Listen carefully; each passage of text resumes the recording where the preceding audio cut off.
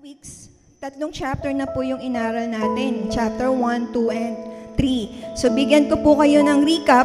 Ang chapter 1 po ng Epistles ng James, it's about trials and temptation. Okay? By the way, kaya po natin pinag-aaralan yan, ang Book of James, ang Epistle of James, it's because pagka binasa mong librong yan, it's the most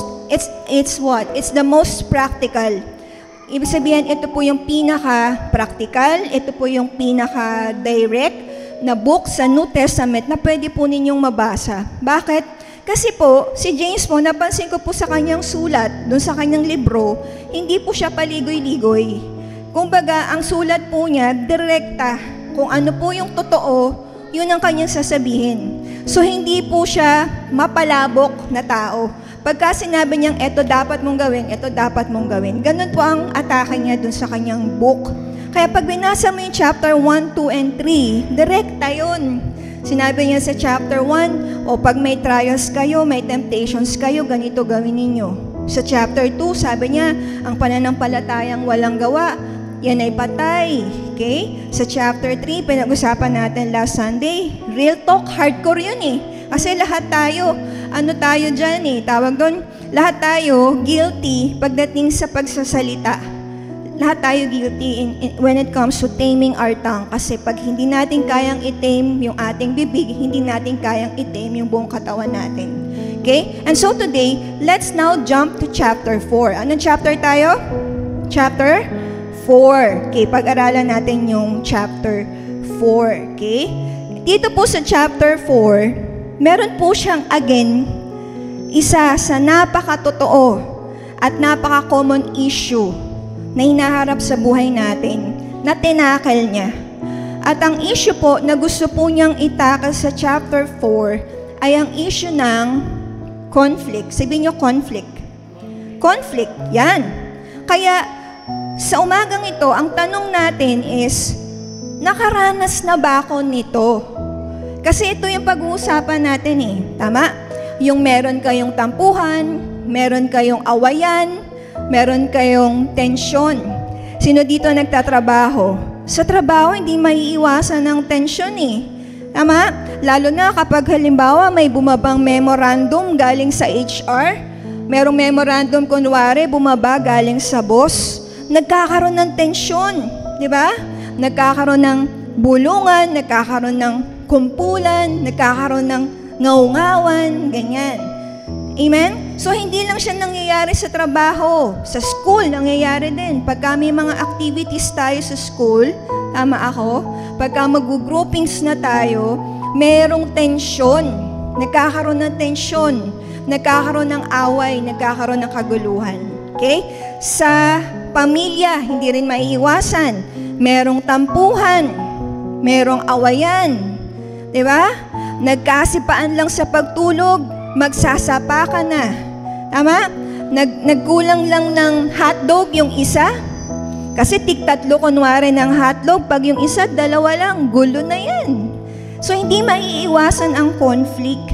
At kahit po dito sa church, meron pa ding conflict. Do you agree? May conflict pa rin. Tama po? Si Amen. So, sino po dito nakaranas na ng conflict? Lahat tayo nakakaranas po nito. Do you agree? Say amen. Now, kahit sa Bible, may conflict din.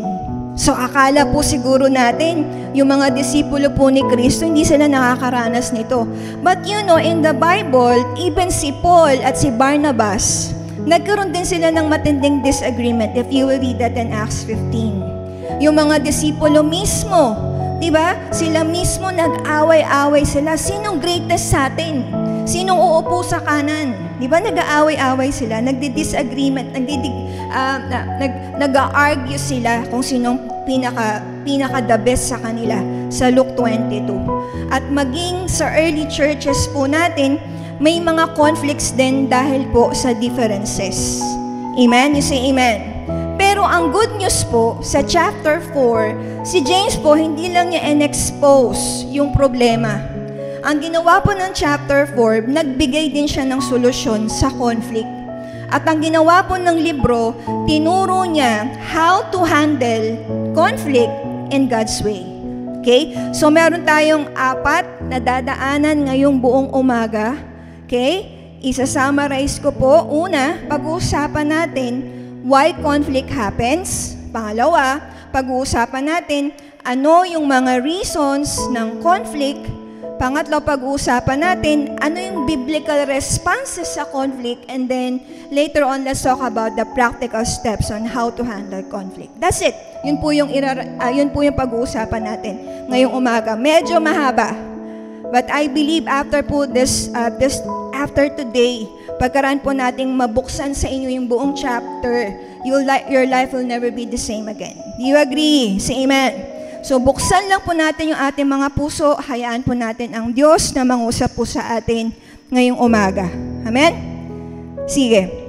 Ma-echo po ba ako? Ma-echo? Ma-echo ako? Ayos lang? Sakto lang? Sige. Alright. Una, tanungin natin yung tanong. Sagutin natin yung tanong. Why conflict happens? Bakit ba nangyayari yung conflict? Okay? So sabi po ni James, number 1, sige next slide, conflict is not just external. Ang conflict daw ay nagsisimula saan? Sa loob. Okay? It is internal. Sabi ni James. So himay-himayin natin ngayon yung verses 1 to 4. Let's start with verse 1. Chapter 1 tayo.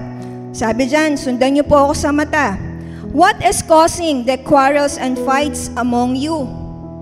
Don't they come from the evil desires at war within you? Nilagay ko yung Tagalog. Ano ba ang pinagmumulan ng mga pag-aaway at alitan ninyo? Hindi ba't ang masasamang kagustuhan na naglalaban-laban sa puso ninyo? Why conflict happens? Number 1, sabi ni James, number 1 reason ng conflicts is eto. Labas mo. Anong number 1 reason? Selfish desires. Kaya ang tanong ni James dito, ano ba talaga yung ugat ng conflict? Ano ba talaga yung ugat ng quarrels? Ano ba yung ugat ng alitan? Diba? Kung baga, bago pa man magkaroon ng away sa labas, bago pa man magkaroon ng gera sa labas, may nangyayari ng gera sa loob. Amen. May nangyayari ng away sa loob natin, doon sa puso natin. Minsan ang akala natin, ang simula ng gulo at away at conflict ay yung mga tao sa paligid natin. Akala natin tao ang problema, pero sa totoo lang, ang sabi ng Biblia, hindi sila ang root, hindi sila ang ugat, kundi ang sarili nating kagustuhan. So ang ugat po, ang reason po ng conflict, number 1, ang sabi ng Bible is selfish desires. Parang dalawang bata, nag-aaway sa isang laruan. Diba?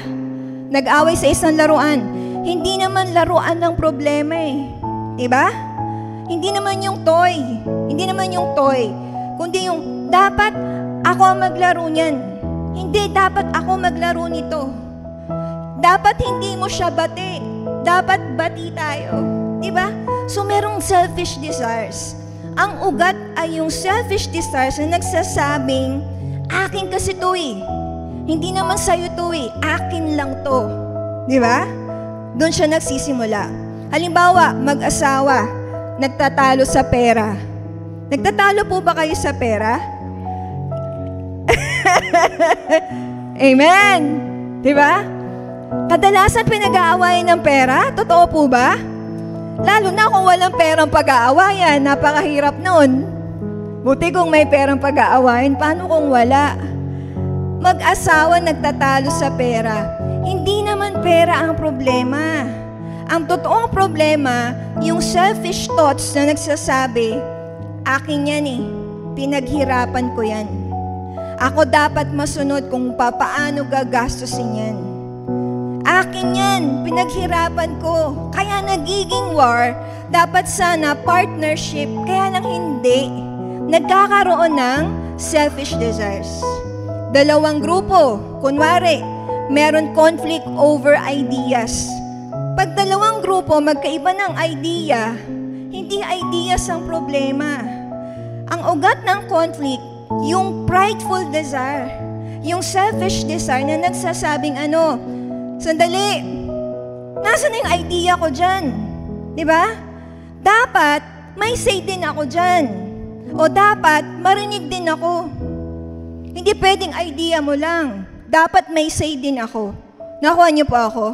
Kaya yung verse 1 pa lang, balik mo nga yung verse 1. Yung verse 1 pa lang po ng James, dito pa lang bugbog sarado na po tayo. Amen? Kasi totoo kahit matatanda na po tayo, dala-dala pa rin natin yung childish selfishness. Do you agree? Kapag bata ka, gusto mo ikaw ang may hawak ng laruan. Kapag adult ka, gusto mo ikaw lang may hawak ng sweldo. Gusto mo ikaw ang may desisyon. Gusto mo ikaw ang may kapangyarihan. Different stage. Nakikita niyo po? Magkaibang estado, pero same root problem. Ang root problem, again, selfish desires. Do you agree? Yan po yung nakaka-frustrate Kasi kahit sa church, nangyayari yan. Sa church, hindi naman conflict ang doctrine minsan. Ang conflict, bakit? Diba? Nagkakaroon ng conflict, bakit siya naupo? Bakit hindi niya ako napansin? Bakit siya lang yung pinupuri? Ang daming conflict. Amen? Kaya nga sabi po ni James dun sa book niya, labas natin, kung hindi natin haharapin ang selfish desires sa puso natin, sa puso pa lang hindi daw matatapos ang conflict sa ating paligid. Do you agree? Verse 1 pa lang yan. Verse 2 and 3, ano pong sabi? Let's further read. Okay? Sundan niyo po sa mata. You want what you don't have. So you scheme and kill to get it. You are jealous of what others have, but you cannot get it. So you fight and wage war to take it away from them. Yet you don't have what you want because you don't ask God for it. Verse 3, even when you ask, you don't get it because your motives are all wrong. You want only what will give you pleasure. Sa Tagalog, may mga ninanais kayo pero hindi nyo makamtan. Kaya handa kayong pumatay dahil dito. May mga gusto kayong makuha at kapag hindi nangyari, ano sabi? Nag-aaway-away kayo. Grabe. Hindi nyo nakakamtan ang mga ninanais nyo dahil hindi kayo humihingi sa Diyos. At kung humihingi naman kayo, wala kayong natatanggap dahil humingi kayo ng may masamang motibo para mapagbigyan ng sarili nyong kasiyahan. Diyan ka? Say amen. Kaya mga kapatid, una sa verse 1, ang sabi po ni James, ang unang reason ng conflict ay selfish desires. Pero dito sa verse, nabasa natin, meron siya ulit binuksan na reason ng selfish desires. And that reason is envy and comparison. Ang Tagalog po ng envy and comparison is inggit at pagkukumpara. Diyan ka? Isa pang ugat ng conflict, inggit at pagkukumpara. Amen? Anong sabi dun sa verse? Labas mo nga yung Tagalog ulit.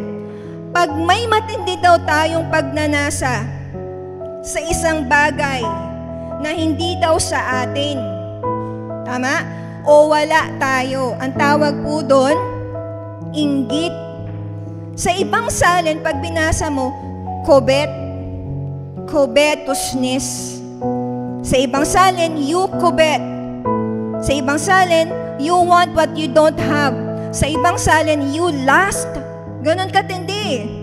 Mababaw pa nga yung salin natin Kasi sabi dyan, hindi nyo makamtan ang gusto nyo, may ninanais kayong hindi nyo makamtan, kaya handa kayong pumatay. Grabe naman. Diba? Sino dito aminado? Naiinggit ka sa iba.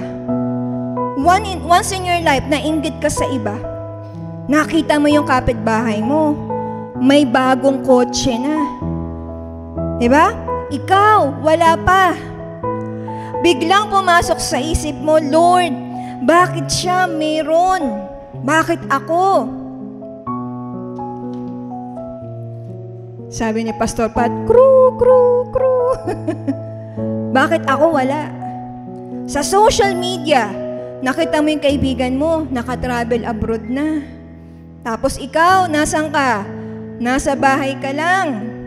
Di ba? Sa loob-loob mo, sana all. Buti pa siya. Ako kaya, kailan? Di ba? Normal yun. Nararamdaman natin yun. Let's be honest, right? Di ba? Sa workplace, sa ministry, yung kasamahan mo na-promote na. Yung co-worker mo, napansin na ng boss. Yung kapwa-worker mo sa church, na-appreciate siya sa harap. Di ba biglang pumapasok sa isip mo yung comparison? Ako, di ba? Wala pa makakapansin sa akin. Ganyan. Di ba? Kaya kung hindi natin babantayan yung mga puso natin, yung envy at comparison ay magiging spark ng conflict. Listen, magiging simula daw yan ng conflict sa loob ng simbahan. Look at this. Next slide. How envy, mabilis. How envy leads to conflict. Papaano kapag may inggit ka at papaano kapag meron ka ng comparison na naramdaman ay magli-lead yan sa conflict. Okay? Paano siya nangyayari? Next slide. Mula isip, papuntang salita. Mula salita, papuntang gawa. Naintindihan? Mula isip. Saan nagsisimula? Sa isip. Okay? Halimbawa, comparison. Okay? Nagsimula sa isip yung comparison. Naglalagay ka ngayon ng sukat ng worth mo. Base sa kung anong meron ka at wala ka. So, ganun ang ginagawa natin sa comparison. Dahil wala ako nito, mababa yung worth ko. Dahil meron ako niyan, mataas yung worth ko. Ginagawa natin kasi ganyan. So, kung wala ako nito, down yung emotions ko. Pero pag meron ako nun, mataas yung emotions ko. So, sa isip pa lang, may laban na. Naiintindihan? Mula isip, papuntang salita. Dahil meron ng inggit, meron ng comparison. Nagsisimula ka na ngayon magsalita ng laban sa iba. Diba? Nagiging chismis na, nagiging paninira, nagiging pangungutya na. Dahil nagsimula sa isip, marumi ang isip natin, dahil may inggit na sa puso natin. Diba? Kung ano outpouring ng puso, ilalabas sa bibig. Tama? Ano mangyayari? Ay, kaya naman mayaman yan eh. Kasi karelasyon niya yung boss natin eh. Ay, kaya naman may kotse yan. Kasi sip-sip yan dun sa manager kasi. Diba? Ang dami niyan sa workplace. Umangat-angat ka lang ng konti, sisiraan ka. Umangat-angat ka lang ng konti, close ka lang ng konti dun sa boss mo. Sasabihin, special kasi yan, kasi malapit sa boss yan eh. Diyan ka? So mula isip, naging salita. Diba? Nakuha? Paano sa gawa? Oh, dahil marumi na yung isip mo, marumi na yung puso mo, mauuwi sa maling gawa yan. Diba? It can push us to actions that destroys relationships. Paano? Malaon, pag nakita mo yung tao, cold na yung treatment. Ay, wag natin pansinin yan. Cold na yung treatment mo. Malaon, pag nakita mo yung tao, distant ka na. Dati magkaibigan kayo. Dati, body-body. Ngayon, hindi na. Yung dati magkaibigan, parang magkaaway na. Diba? So, nakikita natin ngayon, nagsisimula sa isip, papuntang salita, papuntang gawa. Nakuha? Biblical example. Si Cain at Abel. Genesis chapter 4. Sino nainggit? Si Cain o si Abel? Sino nainggit? Si Cain. Sino pumatay? Si Cain. Bakit pumatay si Cain? Dahil sa inggit. Biruin mo, nakapatay ka dahil sa inggit. Amen? Si Cain na inggit, hindi matanggap kasi ng Panginoon yung alay niya. At ang natanggap yung alay ni Abel. Ano nangyari? Dinaawi sa pagpatay. Andiyan ka. Eto pa, Joseph's brothers. Diba? Ano nangyari? Yung mga brothers niya, nainggit sa kanya kasi paborito siya ng tatay. Diba? Ano nangyari? Paborito ka pala, benta nga kita.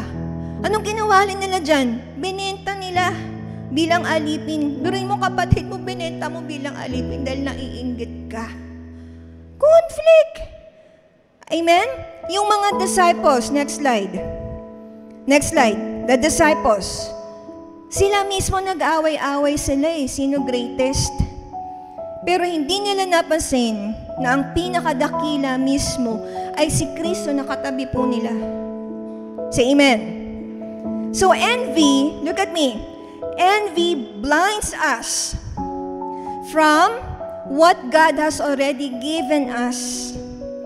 Imbes na maging mapagpasalamat na lang tayo.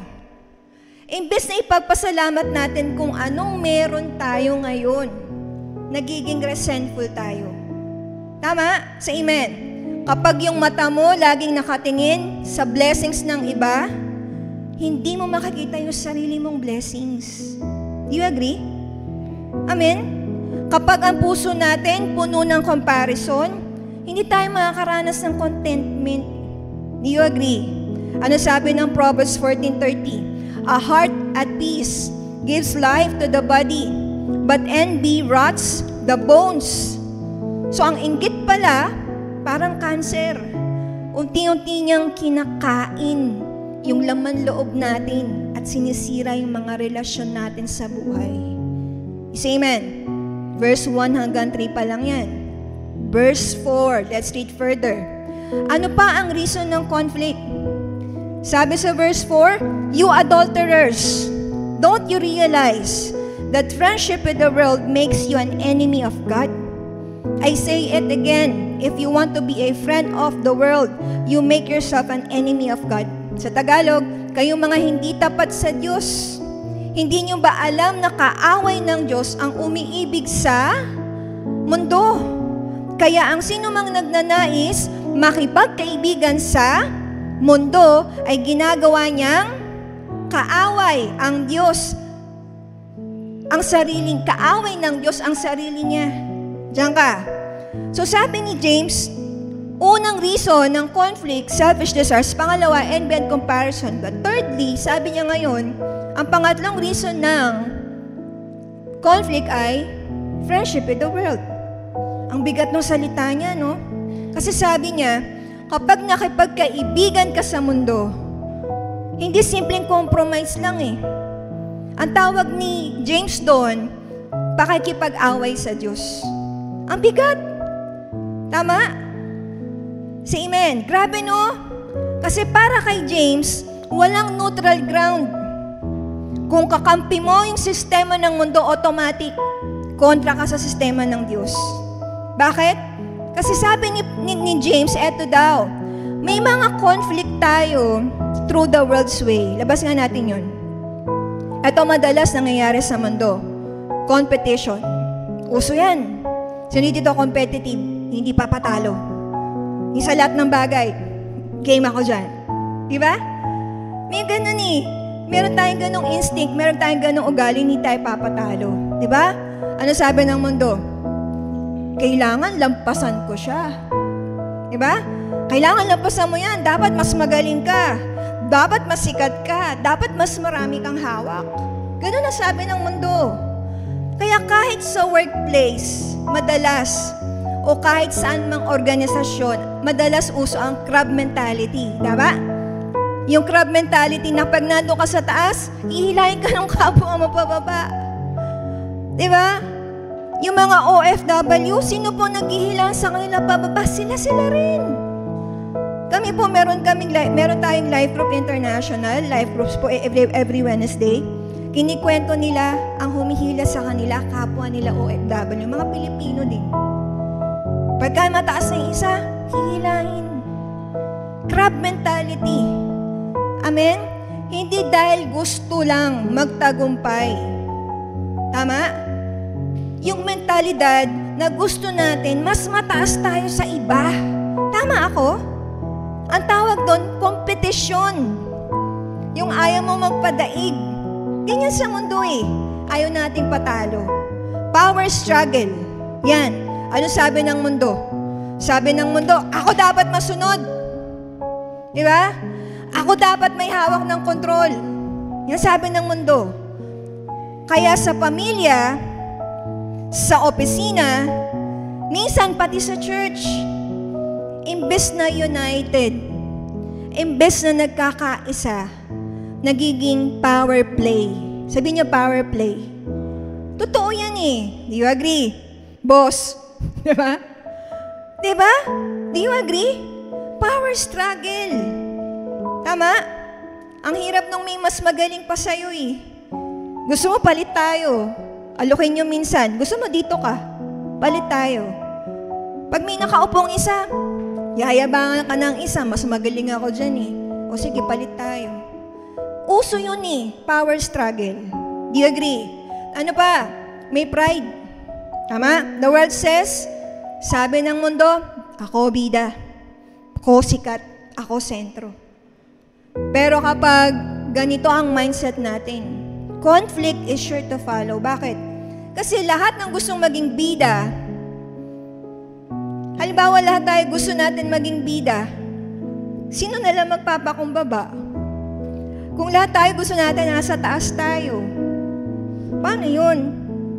Diba? Mahirap. Conflict talaga. Example, Tower of Babel. Ano sabi nila?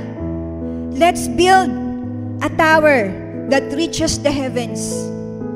Magtayo tayo ng tower hanggang langit so that we may make a name for ourselves, sabi nila. Ayan ang friendship with the world eh. Pag may pride tayo, may ambition tayo, gusto natin ng glory para sa ating sarili, ano nangyayari? Amen? Ganyan din. Ang resulta, division, pagkakawatak-watak.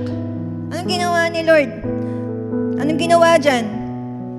Dahil meron ng pride, dahil magkakaroon ng self-glory, dati isa lang ang lingwahe. Ginawa ni Lord?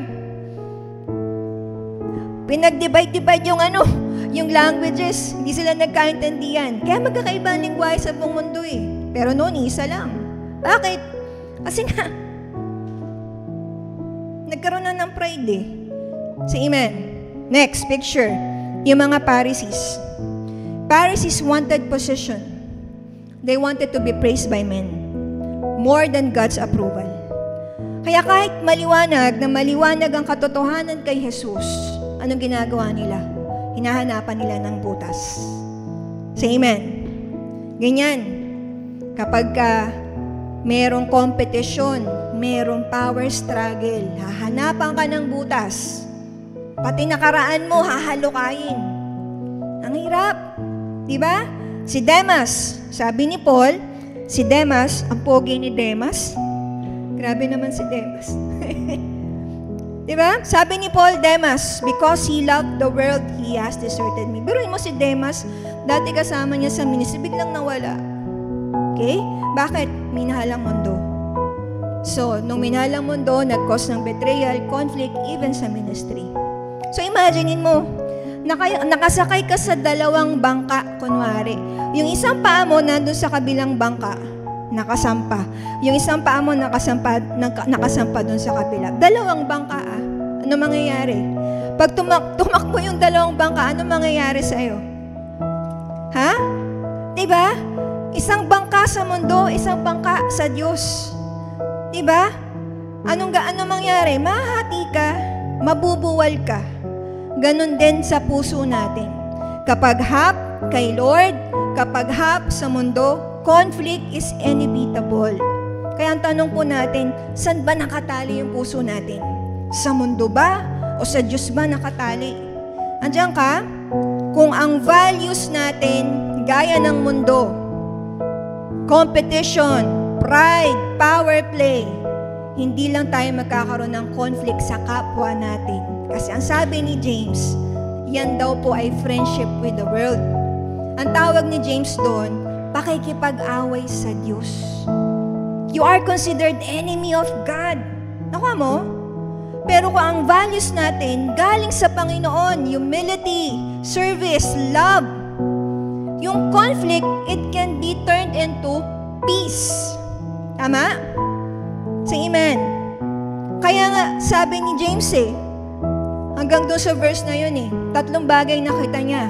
Ang reason ng conflict, selfish desires, and beyond comparison, and friendship with the world. Diyan ka. Say amen. Now, sabi ng Romans 12 verse 2, it reminds us what? Do not conform to the pattern of this world, but be transformed by the renewing of your mind. Malinaw. Amen? So we now have 3 reasons to conflict. Sabi ni James, sandali, hindi natin tatapusin dyan. Nag-open si James, ang tanong niya ngayon, since nakita natin yung 3 bagay na yan, papaano tayo magre-respond sa conflict bilang mga anak ng Diyos? Diyan kayo. So, buti na lang, hindi iniwan ni James hanging yung verses. Kasi sa verse 6, ito pong sabi niya, nagbigay siya ng mga biblical response. Ready kayo? Basahin natin sa verse 6. God opposes the proud, but God gives grace to the humble. Kinakalaban ng Diyos ang mga mapagmataas, pero kinakawaan niya ang mapagkumbaba. Diyan ka? So number 1, biblical response dun sa verse. Makikita natin that number 1 response to conflict now is be humble. Diyan ka? So kung may power play na, may power struggle na, merong competition na, meron ng pride, ang response niyan biblically, una, maging humble. Dahil kapag proud tayo, hindi lang tao ang kaaway natin, pati ang Diyos mismo. Kasi ang pride, parang declaration niya ng independence laban sa Diyos Pero kapag humble lang tayo, di ba? Si God mismo ang nagbubuhos ng biyaya sa atin. Biruin mo, siniraan ka na. Biruin mo, di ba? Tinapak-tapakan yung pagkatao mo. Biruin mo, ginawan ka na ng chismis kung ano-ano. Hindi mo maiwasan yan kung humble ka lang. Ano sabi ng Bible? Lahat ng mamataas, ibababa. Lahat ng nagpapakababa, itataas. Kaya sabi ni James, di ba? Ang response daw dapat natin sa ganyan, magpakumbaba. Diyan kayo. Sipin nyo isang puno. Di ba kapag sobrang taas na, matigas na, ayaw ng yumuko. Pero sobrang taas yan, madali nang tamaan ng bagyo yan Di ba? Pero yung mga mabababang damo, flexible sila, humble sila, ligtas sila sa mga bagyo. Ganon din po tayo. Pag proud tayo, madali tayong bumagsak. Pero kung humble lang tayo, tayo ang makatatanggap ng lakas mula sa Panginoon. Do you agree? Verse 6. Now let's read further in verse 7. Submit yourselves to God. I submit then to God. Resist the devil and he will flee from you. Tagalog. Kaya magpasakop kayo sa Diyos, labanan ninyo ang diablo at lalayo ito sa inyo. So number 1 response now is to, ano yung number 1 response? Be humble. Pero sabi ni James, number 2 response is submit to God. Pag may power play, pag may power struggle, pag may pride na, pag may competition na, pag may conflict na, submit.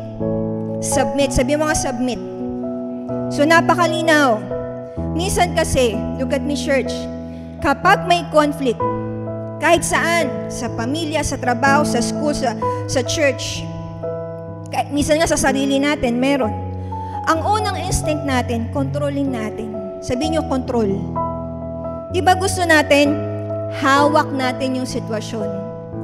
Gusto natin, di ba, hawak natin yung tao. Gusto natin, hawak natin pati resulta. Tama? Kaya nauwi sa stress nauwi sa away, nauwi sa hindi pagkakaunawaan. Pero pansinin po natin ang instruction ng Lord. Balik mo nga sa verse. Hindi control ang instruction ng Panginoon. Ang instruction niya, not control but submit. Tama? Hindi niya sinabing kontrolin natin yung sitwasyon. Ang sinasabi ng Panginoon, mag-submit tayo sa Kanya. Nakuha ko? Ibig sabihin, isubmit natin, isumitin natin.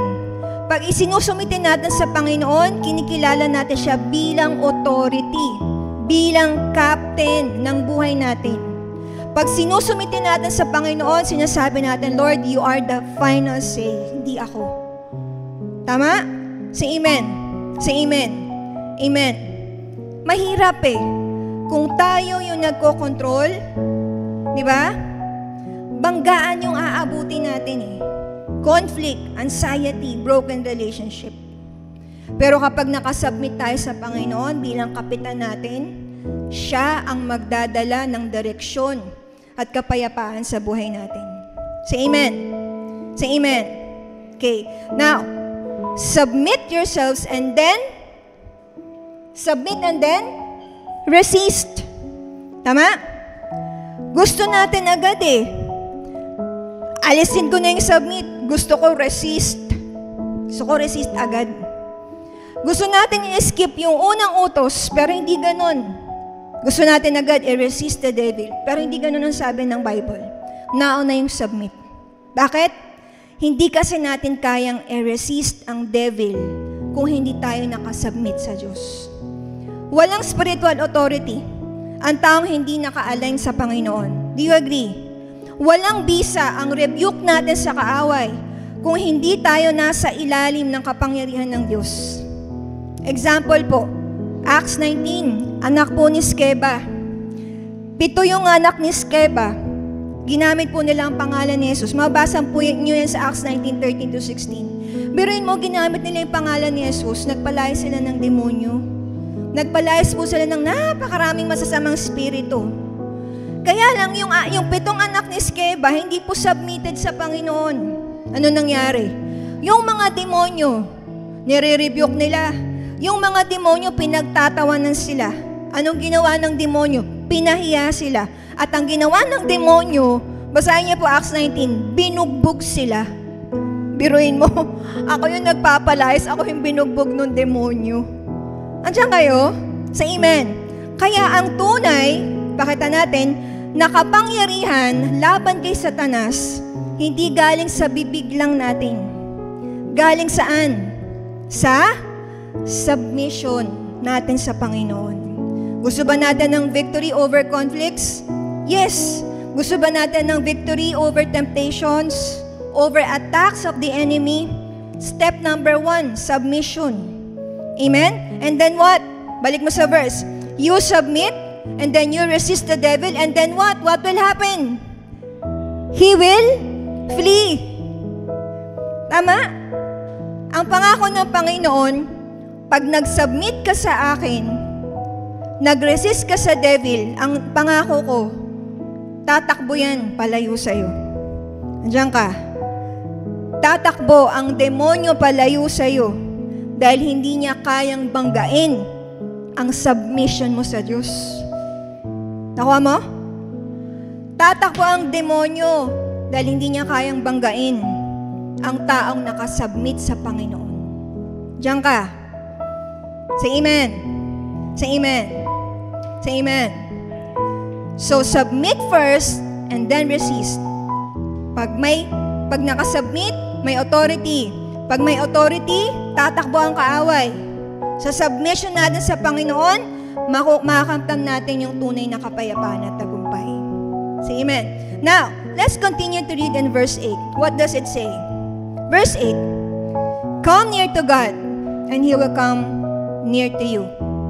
Wash your hands, you sinners, and purify your hearts, you double-minded. Sa Tagalog, Lumapit kayo sa Diyos at lalapit din siya sa inyo. Kayong mga makasalanan, mamuhay kayo ng malinis, at kayong mga nagdadalawang isip, linisin ninyo ang inyong puso.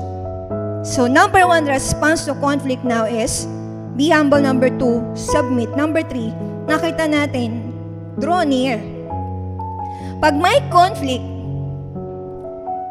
may tampuhan, may awayan, may tensyon, di ba? Pagka merong power struggle, pag may ganito, may ganyan, be humble. Grabe ang Bible. Submit to God. Pagkatapos pangatlo, draw near to God. Ako normal na tao, yung totoong totoo lang. Hindi naman tayo ganito eh. Diba? Pero ito ang sabi ng Biblia. Diyan ka? Say amen. So napansin nyo na po ba na kapag may conflict tayo, whether sa pamilya, sa trabaho, o sa church, ang unang tendency, lumayo tayo sa Panginoon. Tama? Kasi busy yung isip natin eh.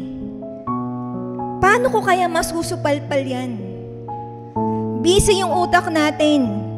Paano tayo babalik dun? Manda ka sa akin. Yun tayo, normal na tao. We want to get even. Di ba? Di ba? Gusto natin, talaga, busy tayong magplano. Paano natin ipapanalo ang debate? Paano kaya lalabas na mali ka at tama ako? Gigil na gigil eh. Tama ako? Say amen. Do you relate? Say amen. Pero sabi ng scripture, hindi yon ang way. Hindi sinabing outsmart your enemy and you'll have peace. No. Hindi sinabing get even and you'll be satisfied. Ang salita ng Diyos ang sabi niya, draw near. Diyan ka. Because the closer we are to God, the cleaner our hearts become. Parang cellphone. Labas mo nga yung picture ng cellphone. Parang cellphone daw ang puso natin. Yung cellphone mo, ang daming apps. Facebook, Messenger, YouTube, games. Ano nangyayari pag ang daming apps? Di ba nalolobat? Daming apps. Hindi magtatagal, nade-drain yung battery niyan. Ganon din tayo sa buhay. Dami mong iniisip. Offenses, pride, insecurities, galit. Nade-drain ka niyan emotionally. Nade-drain ka niyan mentally and spiritually. Pero kapag kinabit mo na yung phone na yan sa charger, di ba? Bumabalik yung power. Hindi dahil sa phone mismo. Dahil connected yan sa source. Ganon din ang puso natin. Kapag disconnected tayo sa Panginoon, drained tayo. Do you agree? Ha? Pero kapag connected tayo sa Diyos, He restores our strength. Pag may conflict, anong gagawin natin? Don't run away to God, but run to Him. Say amen. Say amen. Now let's read further. In verse 9 to 10, haba-haba pa. Grieve, mourn, and wail. Change your laughter to mourning, your joy to gloom. Verse 10, humble yourselves before the Lord and He will lift you up. Sa Tagalog, maging malungkot kayo at maghinagpis dahil sa mga kasalanan ninyo. Palitan nyo ng pagdadalamhati ang pagsasaya ninyo. Verse 10, magpakumbaba kayo sa harapan ng Panginoon at itataas niya kayo. See? May conflict, may tension, may away, may power struggle, may pride, may competition, nangyayari na. Amen? Ang sabi ni James, you be humble, you submit, and then you draw near to God. Number 4, eto sabi niyang gawin natin, repent and be broken. Diba? Pag binasa mo yung book ng Diyos, ang bigat. Parang yung sinasabi palagi, ako na nga yung naagrabyado, ako pa yung repent, ako pa yung be broken. Ako na nga yung inaapi, ako pa yung... Ang hirap tanggapin eh. Tama po? Mabigat yung salita ng Panginoon. At parang sinasabi niya, kailangan palagi tayong malungkot, palagi tayong umiiyak, palagi tayong walang kasiyahan. Pero kung titingnan po nating maigi, balikan mo yung verse, hindi yun ang point niya. Ang point niya is this. Next slide. Take sin seriously. Ibig niya sabihin, hindi basta-basta ang kasalanan. Hindi pwedeng laro-laro lang ang kasalanan. Hindi pwedeng, sorry Lord, joke lang. Hindi pwedeng ganun. Kasi ang tunay na repentance, hindi lang words. Ang tunay na repentance, that is heart condition. Hindi lang sorry sa bibig. Amen? Pero dapat yung sorry, may kasamang puso na nagbabago at nagpapakumbaba sa harap ng Panginoon. Diyan kayo, gusto niyo ba yung tao na pagkatapos gumawa ng kasalanan sa'yo, sorry tapos nakita mo, nagsasaya na. Diba nakakainis tingnan? Amen? Sipin mo, sa bahay ng lola mo, merong mahalagang vase. Napakamahal, antike. Imported, kunwari. Mahal. Tapos halimbawa, nabasag mo yung vase. Ano sasabihin mo sa lola mo? Lola, sorry. Ganun ba yon? Tapos ano? Tatawa ka na lang? Hindi ba dapat, gaya nung sinabi ng verse, you grieve, you mourn, you wail? Nakuha nyo? Hindi ba dapat maiyak ka, malungkot ka? Kasi alam mo, something valuable has broken. Ganon din sa kasalanan. Look at me. Kapag nagkakasala tayo, hindi lang basta bagay ang nasisira. Kapag nagkakasala tayo, ang relasyon natin sa Diyos ang naapektuhan. Kaya gusto ng Panginoon, we take sin seriously. Ang gusto ng Panginoon, ang gusto ni Lord, dapat genuine yung pagsisisi natin. Dapat broken yung puso natin. Kasi mahalaga yung relasyon natin sa Diyos. Amen? Saan ka nakakita na pagkatapos mo gumawa ng kasalanan, nagsasaya ka dyan, nakikita ka namin? Ikaw pa yung parang walang nangyari sa buhay mo, ni hindi ka namin nakita nag-grieve, ni hindi ka namin nakita nag-mourn, nag-wail dahil may mali kang ginawa. Saan ka nakakita nun? Amen? Kung sa tao nga, di natin matanggap eh. Kung sa tao nga, gusto pa natin, dapat sa'yo talaga makita namin nakakulong eh. Di ba ganun tayo? Kasi we take sin seriously. Pag may ginawang sa taong mali sa atin, ano gusto natin? Dapat parusahan eh. Pero nakita mo yung tao nakalaya pa. Nabubuhay ng normal. Nagsha-shopping. Nagkakasino. Diba? Nakakainis. Sa Panginoon, ganun din. Ganun din sa Panginoon.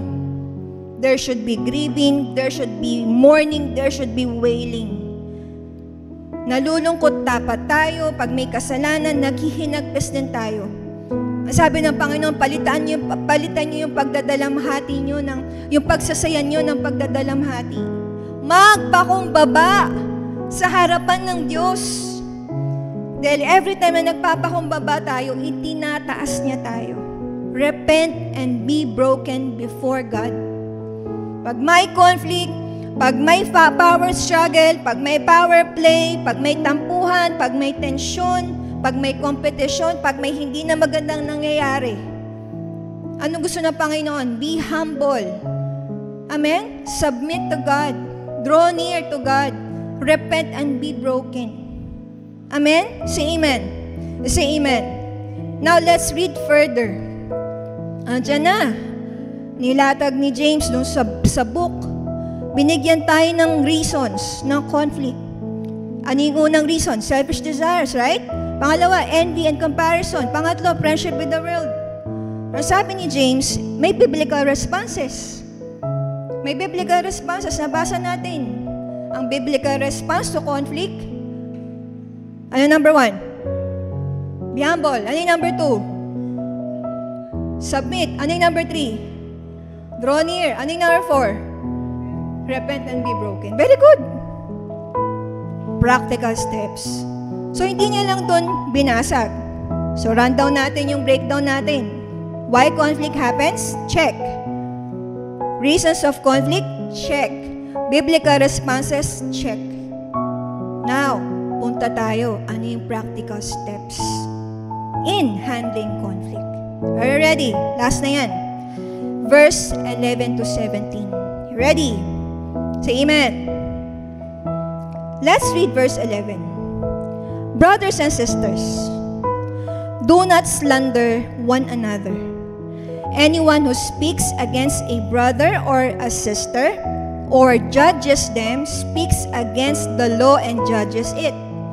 When you judge the law, you are not keeping it, but sitting in judgment on it. Sa Tagalog, mga kapatid, huwag niyong siraan ang isa't isa. Ang naninira o humahatol sa kapatid niya ay nagsasalita laban sa kautusan at humahatol sa kautusan. At kung ikaw ay humahatol sa kautusan, hindi ka na tagatupad nito, kundi isa ka ng hukom. Malalim yan. Number 1 practical steps. Mas natin. Based dun sa verse. Guard your mouth. Practical steps. Pag may tensyon, pag may away, may tampuhan, may power struggle, competition, pride. Practical.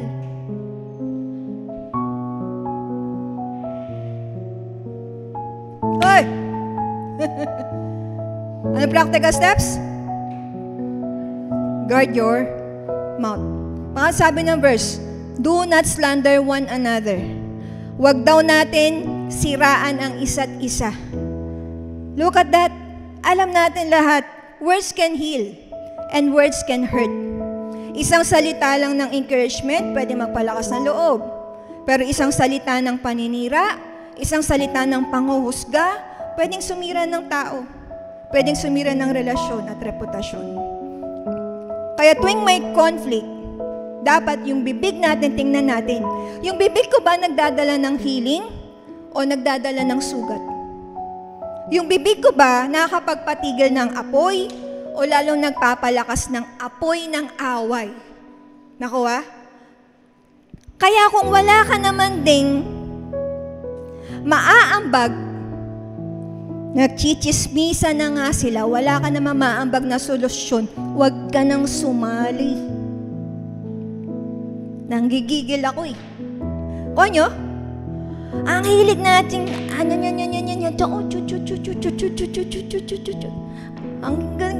gusto natin chismisan. Wala ka namang iaambag na solusyon. Huwag ka nang sumali. You guard your mouth. Are you here? Say amen. Ano sabi ng verse 12? There is one lawgiver and judge, the one who is able to save and destroy. But you, who are you to judge your neighbor? Ngunit ang Diyos lang ang nagbigay ng kautusan at siya lamang ang hukom. Tanging siya ang may kakayahang magligtas at magparusa. Kaya sino ka para husgahan ang kapwa mo? Diyan ka. Yan ang verse 12. So practical steps, pag may conflict na, di ko mambibig. Pero pangalawa, don't play God by judging others. Natural sa atin, humusga. Sino dito aamin mapanghusga siya? Ako lang. Grabe ang babait niyo naman. Sino dito aamin? Hindi pwedeng ako lang nakataas ang kamay. Mapanghusga ka. Diba? Hello? Amen? Yan. Tamad yan eh. Kaya walang kwenta yan. Ay, walang mararating sa buhay yan. Ay, mas magaling ako dyan. Walang binatbat yan. Ay, layan. Ropor yan nung grade 4 eh. Ropor. Meron pa ba kayong ganun ngayon na ropor? Noon, pag naro-ropor kami, ayaw namin eh. Dadali namin yung upuan namin sa rowan. May roro yan eh. Rowan, roto, rotri, ropor. Sino madalas sa ropor? Buti na, alphabetical ngayon. Dati, row yan eh. Row 1, row 2, row 3, row 4. Amen? Don't play God. Kasi sabi ni James, isa lang ang judge natin. Hindi ako yon, hindi ikaw, si Lord lang. Kapag tayo ay humusga, inaagaw na natin yung role na para lang sa Diyos. Amen? So instead of judging them, ropor na nga eh. Mukha na ngang walang future eh. Hinusgahan mo pa. Andiyan ka? So instead of judging them, you pray for them, Lord. Awawa naman po si Billy, ropor na nga. Ropor na nga ni. Ipag-pray ko, Lord, maging row 2, maging row 1. Naku hinusgahan mo na nga, ay yan. Iba-iba asawa niyan. Lanang ano yan, babae na yan. Diba? Imbes na husgahan na natin yung tao, ipag-pray natin, Lord, kota na siya, iba-iba na, Lord. Sana po makakita na po ng dawan niya, napakakasalan na po siya. Amen? So, imbes na husgahan, ipag-pray. Kapag may nagkamali na nga yung tao, nusgahan mo pa. Diba? Mali na nga yung tinakbo ng tao eh. Ang dami pa nating sinabi. Pag nagkamali ang isang tao, ipanalangin. May naka-offense sa atin, ipanalangin. Kasi only God knows the heart. And only God can judge rightly. Are you here? Say amen. Practical steps. Number 1, guard the mouth.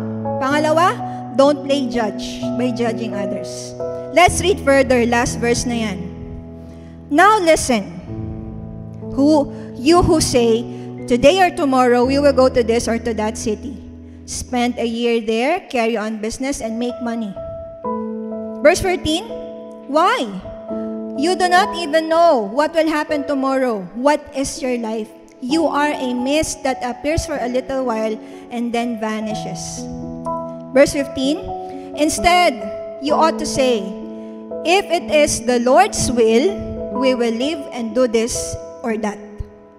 16, as it is, you boast in your arrogant schemes. All such boasting is evil.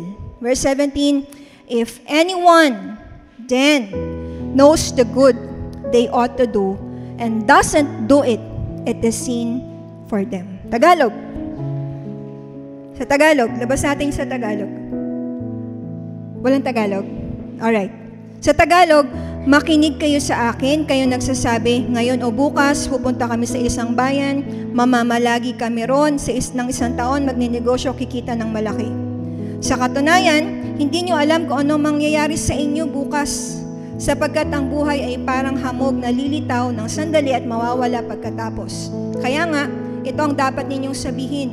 Listen, church, kung kalooban ng Panginoon at mabubuhay pa tayo, ganito o kaya ganon ang gagawin natin. Ngunit sa ngayon, nagmamalaki at nagmamayabang kayo, ang ganyang pagyayabang ay masama. Kung alam ng isang tao ang mabuti na dapat niyang gawin, pero hindi naman ginagawa, nagkakasala siya. Practical steps, you guard your mouth. Number 2, don't play God by judging others. Number 3, acknowledge God's will in your plans. Marami ba tayong plano? Ang dami nating sariling plano. Maraming conflict na nangyayari kasi marami tayong kanya-kanya nating mga plano. Look at the verse. Pag binalikan mo yung verse, sabi nung nagsasalita, ay, bukas pupunta ako dun. Ay, sa makalawa pupunta ako dyan. Ay, mag-spend ako ng isang taon sa lugar na to. Ay, ganito gagawin ko, magnenegosyo ko. Sabi ni James, hindi mo nga alam kung ano mangyayari sa'yo bukas eh. Alabo ka nga lang eh. Hindi mo alam ano mangyayari sa'yo. Para kang hamog, lilitaw. Sandali, mawawala. Maglalaho pagkatapos. Amen? Sa amen. Sa pamilya, ang dami nating plano. Dapat ganito. Ay, hindi dapat ganyan. Tama? Sa trabaho, ang dami nating plano. Ang dami nating gustong gawin.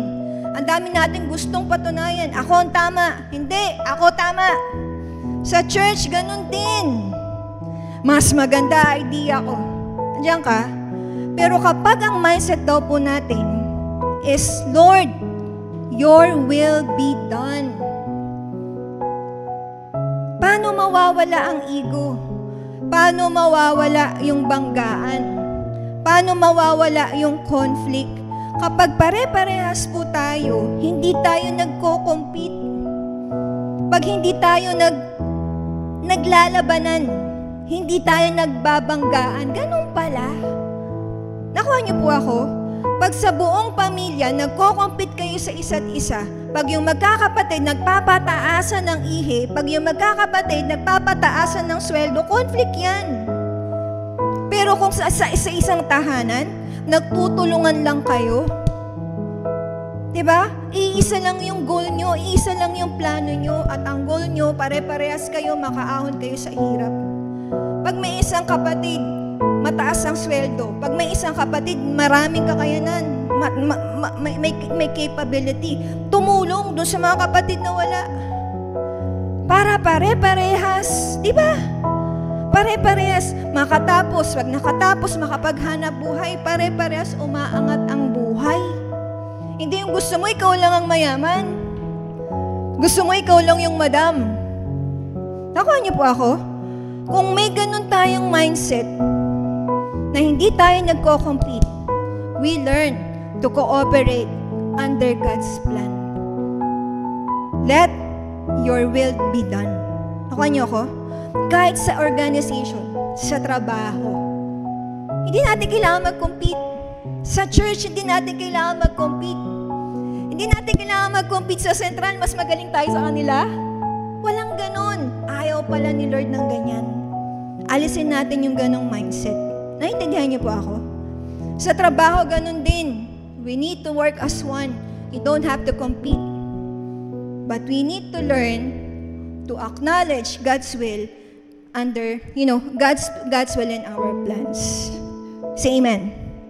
Parang dalawang tao, gusto humawak ng isang manibela. Ano mangyayari? Dapat isa lang nagmamaneho eh. Tama? Say amen. Tapos na po ako, samahan ako ng banda. Now church, marami kayong natutunan? Chapter 4 yan ha. Ang ganda ng chapter 4, tama? Say amen. Now let's wrap this up. Ang conflict, church, tingin, it's unavoidable. Kahit saan meron yan. Sa bahay meron ganyan. Sa pamilya, sa trabaho, sa church, hindi natin yan maiiwasan. Lahat tayo makakaranas niyan. Bahay, kahit saan. Pero ang paalala po ni James, yan natin, the real battle is not against them, but within us. Tama? Kapag may pride, kapag may selfish desires, kapag may envy, may comparison tayo sa puso natin, kakainin tayo niyan. And conflict will destroy us. Pero kapag merong submission, kapag merong humility, kapag marunong tayong lumapit sa Panginoon, pag merong repentance, kapag may brokenness, tama? Amen? Kapag pinairal natin yung obedience natin sa Panginoon, yung conflict po natin, magiging opportunity po yan for growth. You agree? Magiging opportunity po yan for reconciliation and also an opportunity for God's glory. Say amen. Kaya sabi nga ng James 4 verse 10, humble yourselves before the Lord and He will lift you up. So wag po natin hintayin na itaas tayo ng mundo. Hindi rin natin kailangan ipaglaban kung sino ang tama. Tama? Ang kailangan lang po natin, magpakumbaba sa Diyos. Ang pangako ng Panginoon, siya mismo ang mag-aangat sa atin. Ang pangako ng Panginoon, siya ang magbibigay ng tagumpay sa atin. Ang pangako ni Lord, siya ang magbibigay sa atin ng tunay na kapayapaan. Say amen. Tatayo po tayo lahat. We will thank God. Hallelujah. Lord, salamat sa iyong salita. And as we all close our eyes, you will worship the Lord. I know and I believe in my heart, God stirred something within your heart. Hallelujah. Come on, come on, come on.